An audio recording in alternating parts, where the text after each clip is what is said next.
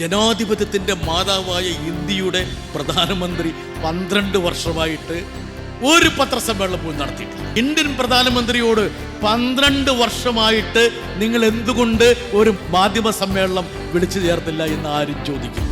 മാധ്യമ സ്വാതന്ത്ര്യത്തിന്റെ പട്ടികയിൽ 1-ാം സ്ഥാനത്തുള്ള നോർവേയിലാണ് നിങ്ങൾ വന്നത്. 157-ാം സ്ഥാനത്തുള്ള ഇന്ത്യയിലെ പ്രധാനമന്ത്രിയോട് ഒരു ചോദ്യം ചോദിക്കാനുള്ള സാവകാശം ഞങ്ങൾക്കുണ്ടാകുമോ എന്ന് ഇന്ത്യൻ പ്രധാനമന്ത്രി ആ ചോദ്യമുയർന്നതോടെ ആ വേദിയിൽ നിന്ന് അക്ഷരാർത്ഥത്തിൽ ഒളിച്ചോടി.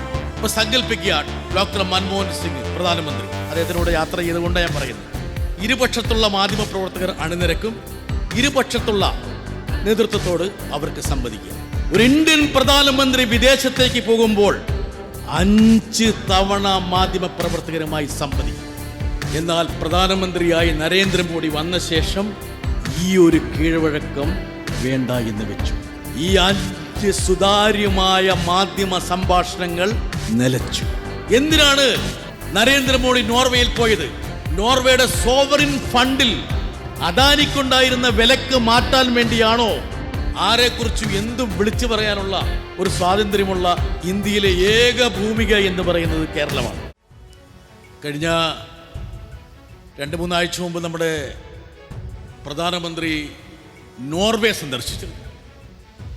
നോർവേ സന്ദർശിച്ചപ്പോൾ അവിടെ ഒരു പത്രപ്രവർത്തക അദ്ദേഹത്തോട് ചോദിച്ചു, മാധ്യമ സ്വാതന്ത്ര്യത്തിന്റെ പട്ടികയിൽ 1-ാം സ്ഥാനത്തുള്ള നോർവേയിലാണ് നിങ്ങൾ വന്നത്. 157-ാം സ്ഥാനത്തുള്ള ഇന്ത്യയിലെ പ്രധാനമന്ത്രിയോട് ഒരു ചോദ്യം ചോദിക്കാനുള്ള സാവകാശം ഞങ്ങൾക്കുണ്ടാകുമോ എന്ന് നോർവേയിലെ ഒരു മാധ്യമ പ്രവർത്തകൻ വിളിച്ചു ചോദിക്കുന്നു. ഇന്ത്യൻ പ്രധാനമന്ത്രി ആ ചോദ്യമുയർന്നതോടെ ആ വേദിയിൽ നിന്ന് അക്ഷരാർത്ഥത്തിൽ ഒളിച്ചോടുന്നു. നോക്കുക, ഇത് പറയാനുള്ള കാരണം എന്ന് വെച്ചാൽ കേരളത്തിലെ നിരവധി മാധ്യമ പ്രവർത്തകർ നമ്മുടെ ആരെങ്കിലും ഒരാൾ പത്രപ്രവർത്തകരോട് സംവദിക്കുന്നില്ലാതെങ്കിൽ ആദ്യം പറഞ്ഞൊരു കാര്യമുണ്ട്, നിങ്ങൾ പത്രക്കാരുടെ ചോദ്യങ്ങളോട് എന്തുകൊണ്ട് പ്രതികരിക്കുന്നില്ല? ബുധനാഴ്ച തോറും മന്ത്രിസഭാ യോഗം കഴിഞ്ഞു കഴിഞ്ഞാൽ നിങ്ങൾ എന്തുകൊണ്ട് മാധ്യമ പ്രവർത്തകരെ വിളിച്ചിട്ട് ഞങ്ങളുടെ ചോദ്യത്തോട് പ്രതികരിക്കുന്നില്ല? ഈ ഒരു പത്രപ്രവർത്തകനും ഡൽഹിയിൽ പോയി, അല്ലെങ്കിൽ അവരുടെ സ്ഥാപനത്തിന്റെ സഹപ്രവർത്തകർ ഡൽഹിയിൽ എത്തിയിട്ട് ഇന്ത്യൻ പ്രധാനമന്ത്രിയോട് 12 വർഷമായിട്ട് നിങ്ങൾ എന്തുകൊണ്ട് ഒരു മാധ്യമ സമ്മേളനം വിളിച്ചു ചേർത്തില്ല എന്ന് ആരും ചോദിക്കില്ല. നോക്കുക,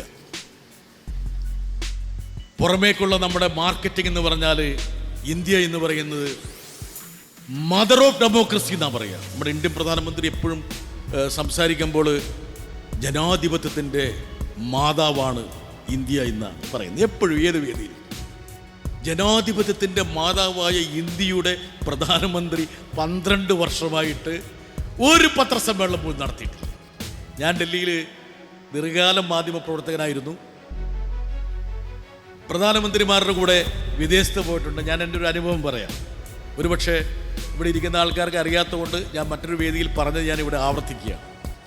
എങ്ങനെയാണ് പ്രധാനമന്ത്രി വിദേശത്തേക്ക് പോകുമ്പോൾ സാധാരണഗതിയിൽ പത്രപ്രവർത്തകരുമായിട്ടുള്ള സംഭാഷണങ്ങൾ, സംവാദങ്ങൾ എങ്ങനെയാണ് കരിപ്പിടിപ്പിക്കുന്നതെന്നുള്ള ഒരു ഏകദേശ ധാരണ തരാൻ വേണ്ടിയിട്ട് ഞാൻ സംസാരിക്കുന്നു.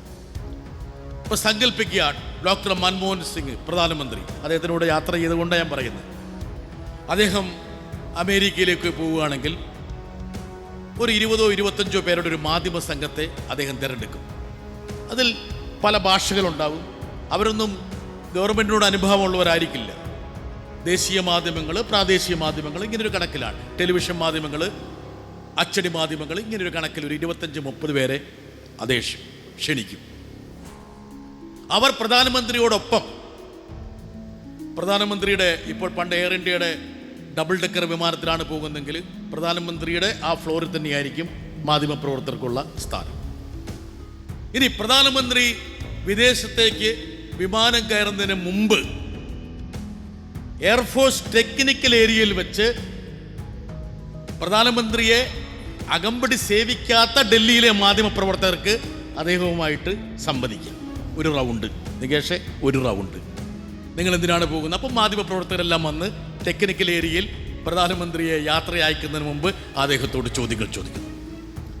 ഇത് കഴിഞ്ഞ് പ്രധാനമന്ത്രി വിമാനത്തിൽ കയറി വിമാനം പുറപ്പെട്ട് കഴിയുമ്പോൾ ഓൺ എയർ യാത്രാ മധ്യേ അദ്ദേഹത്തോടൊപ്പം വരുന്ന ആ മാധ്യമ സംഘവുമായിട്ട് അദ്ദേഹം സംവദിക്കും. എല്ലാ ചോദ്യങ്ങൾക്കും അദ്ദേഹം മറുപടി പറയും. അത് കഴിഞ്ഞ് അവിടെ ഇറങ്ങിക്കഴിയുമ്പോൾ ഏത് രാജ്യത്താണോ പോകുന്നത് ആ രാജ്യത്തിൻ്റെ തലവൻ അല്ലെങ്കിൽ സർക്കാരിൻ്റെ തലവൻ അവരുമായിട്ടൊരു സംയുക്ത വാർത്താ സമ്മേളനം നടത്തും. ഇപ്പം 3 ആ സംയുക്ത വാർത്താ സമ്മേളനത്തിൽ ഇരുപക്ഷത്തുള്ള മാധ്യമപ്രവർത്തകർ അണിനിരക്കും. ഇരുപക്ഷത്തുള്ള നേതൃത്വത്തോട് അവർക്ക് സംവദിക്കാം. അത് കഴിഞ്ഞ് പ്രധാനമന്ത്രി തിരിച്ചു വരുമ്പോൾ മടക്കത്തിൽ വിമാനത്തിൻ്റെ ഉള്ളിൽ വെച്ച് അകമ്പടി സേവിക്കുന്ന മാധ്യമപ്രവർത്തകരുമായി വീണ്ടും സംവദിക്കും. 1 മണിക്കൂർ 1.5 മണിക്കൂറൊക്കെ പത്രസമ്മേളനം നീണ്ടിട്ടുണ്ട്. അപ്പം എത്രയായി? 1, 2, 3, 4. തിരിച്ച് പ്രധാനമന്ത്രി ഡൽഹിയിൽ വിമാനം ഇറങ്ങുമ്പോൾ ഈ ടെക്നിക്കൽ ഏരിയയിൽ വെച്ച് ഡൽഹിയിലുള്ള മാധ്യമപ്രവർത്തകരുടെ ചോദ്യങ്ങൾക്ക് മറുപടി പറയും.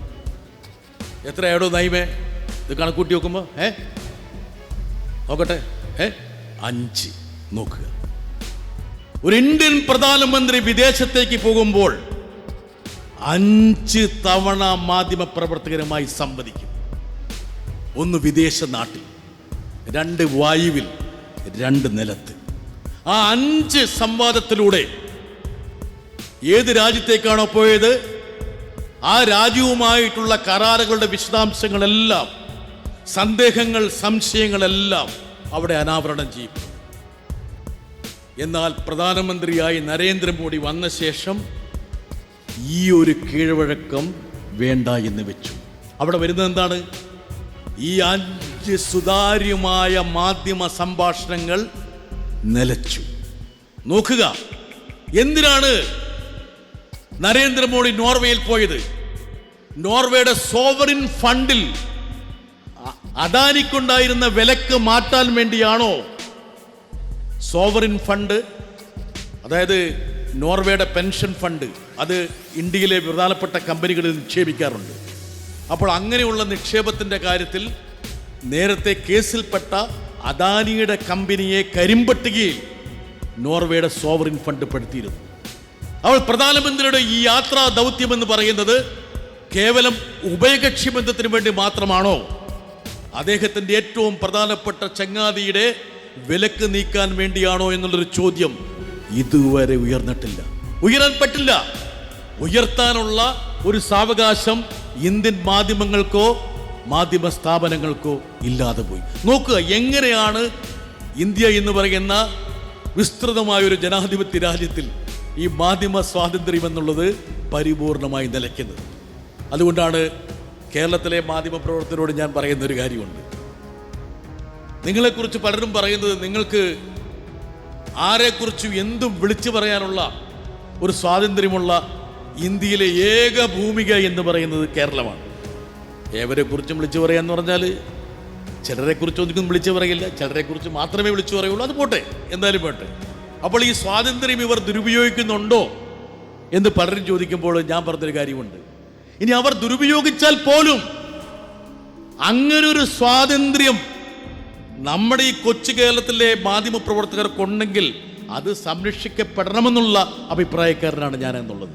അതായത് ഈ സ്വാതന്ത്ര്യം പരിപൂർണമായും അസ്തമിച്ച മറ്റ് ഇടങ്ങളെ വെച്ച് നോക്കുമ്പോൾ അല്പം അമിത സ്വാതന്ത്ര്യം ഏകപക്ഷീയവുമായി ഏകമാനമായിട്ടാണ് ഇവർ ഉപയോഗിക്കുന്നതെങ്കിൽ പോലും അത് മുമ്പോട്ട് പോയിക്കോട്ടെ എന്നുള്ളതാണ് എൻ്റെ ആഗ്രഹം.